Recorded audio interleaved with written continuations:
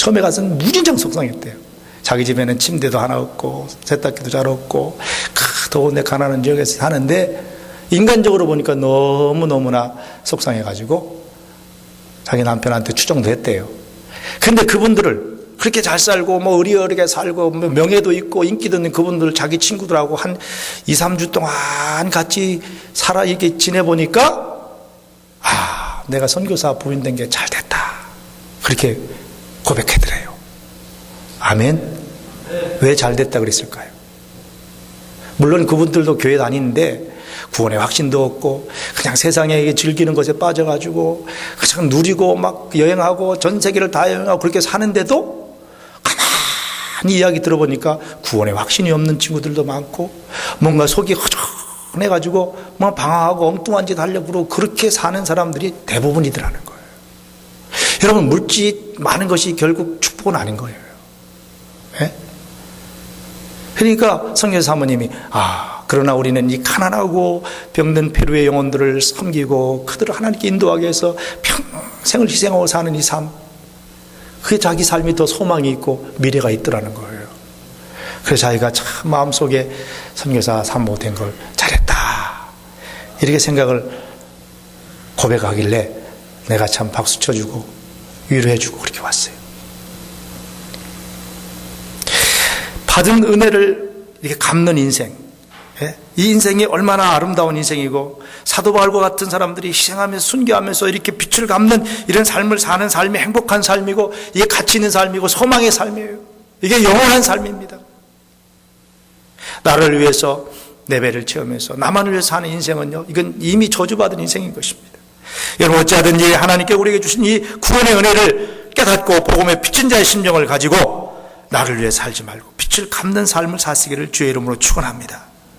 하나님께 지은 빛을 실제적으로 어떻게 갚아야 합니까? 예수님께서 복음서를 통해서 우리에게 분명히 보여주신 교훈이 있어요. 마태복음 25장 40절에 보면은 지극히 작은 자 하나에게 한 것이 곧 나에게 한 것이라고 그랬어요. 내 주변에 정말 우리의 사랑과 또 우리의 돌봄이 필요한 지극히 작은 자 한 사람에게라도 우리가 그리스도의 복음을 전하고 그들을 돌보고 그들에게 관심과 사랑을 베푸는 이런 삶을 사는 것이 주님을 위해서 하는 일이고 은혜의 복음을 갚는 일이라고 하는 것입니다. 이번 페루 선교와 같이 이런 선교의 기회가 주어졌을 때에 선교에 직접 참여하든지 아니면 기도로 물질로 후원하는 것도 복음의 빛을 갚는 것입니다.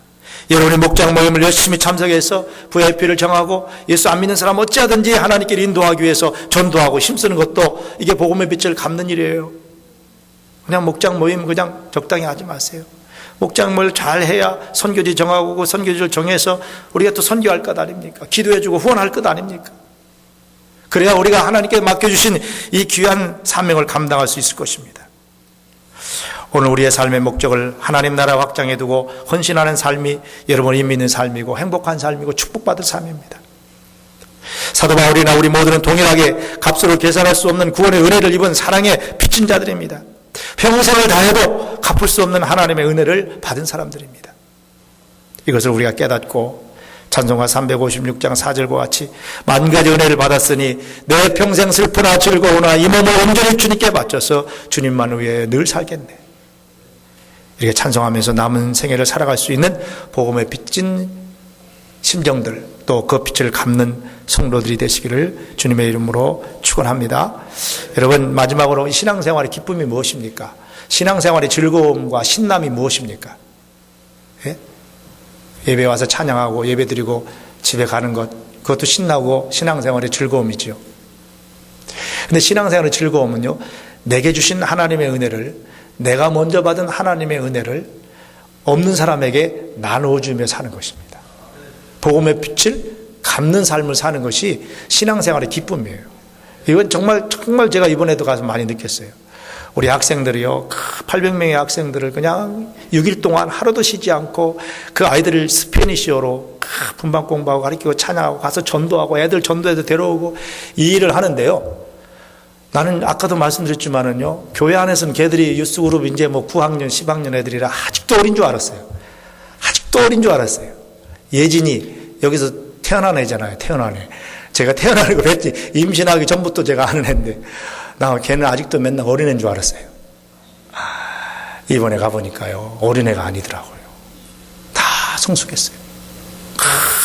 아이들 아픈 자기 몸이 열이 나는데도 그 아이들을 케어하고 그 아이들을 인도하고 그 아이들하고 같이 뛰놀며 흙바닥에 뛰놀면서 저녁 늦게까지 아이들을 케어하는 그 모습을 보면서 뭐 예진이뿐만 아니라 다른 나머지 11명도 다 마찬가지입니다. 이야, 걔들 모습 속에서요, 그 9일 또 6일 동안 걔들 모습 속에서 얼굴에 빛이 나더라고요. 아멘. 얼굴에 빛이 나더라니까요. 나중에 다 끝나고 우리가 저기 좀 좋은 데 가서 식사하고 차 타고 올 때는 피곤해가 딱 자더라고요. 근데 애들을 가르칠 때는 얼굴에 빛이 나요. 천사 같아요. 천사 같아요. 우리 닥터 브라운 지연이 집사님 남편 71세세요. 은퇴하신 우리 군의관 출신 아닙니까? 그 71세 닥터 브라운 그분이요, 거의 500명 이상의 환자를 진료했어요. 지금 병나셔서 누워 계신데요. 그때 거기서는 새파라셔가지고. 근데 이 나이 드시니까 잠이 없으신가요? 그냥 우리 다 교육관에서 자는데요, 새벽 4시에 일어나서 부시럭거리시면 왔다 갔다 하는 바람에 우리 나머지 단원들이 좀 잠을 못 자서 잠을 설쳤어요. 그래서 어떤 여자 집사님들은 시부모님하고 죽어도 살지 말아야 되겠다. 새벽에 일어나가지고 하도 막 왔다 갔다 하시니까. 그런데도요, 6일 동안 그 많은 환자들을 진료하고 그 얼굴 모습이 천사 같다. 빛이 나시더라. 안경사에 가시는 권사님, 또 머리 깎아주신 집사님, 또 잘 안 되는 스페니쉬를 가지고 가가지고 전도 막 하는 우리 전도 단원들, 단원들의 모습이 너무나도 행복했고요. 너무나도 마음이 충만했고요. 인생을 이렇게 사는 것이구나. 여러분, 복음을 위해 하나님의 선한 도구로 쓰임받는다는 것이 행복한 인생인 줄로 믿습니다. 바라기는 저와 여러분, 우리 모든 임마누엘 교회 성도가, 우리 교회가 이제 하나님께 더 크게 쓰임받는, 또 우리 인생에도 하나님께 더 귀한 영원한 것을 위해서 쓰임받는 축복된 인생들이 되셔서 하나님이 우리에게 주시는 풍성함 속에서 생명의 삶을 누리는 우리 임마누엘 교회가 되었으면 좋겠습니다. 기도하십시다. 하나님 아버지, 무더운 여름철입니다. 우리 성도들 지켜주시고 지난 6개월도 지켜주셨사오니 앞으로 남은 6개월도 금년에 지켜주셔서 좋은 일 있게 하시고 어려운 일이 있을 때도 주님의 은혜 가운데서 담대하게 살 수 있도록 도와주시옵소서. 오늘도 주신 말씀 붙들고 정말 믿음으로 이제 담대함으로 새로운 신앙인으로 세상을 향해 나가오니 저희들을 함께 하시고 도와주시고 역사해 주시옵소서. 감사드리오며 예수 그리스도 이름으로 축복 기도합나이다. 아멘. 우리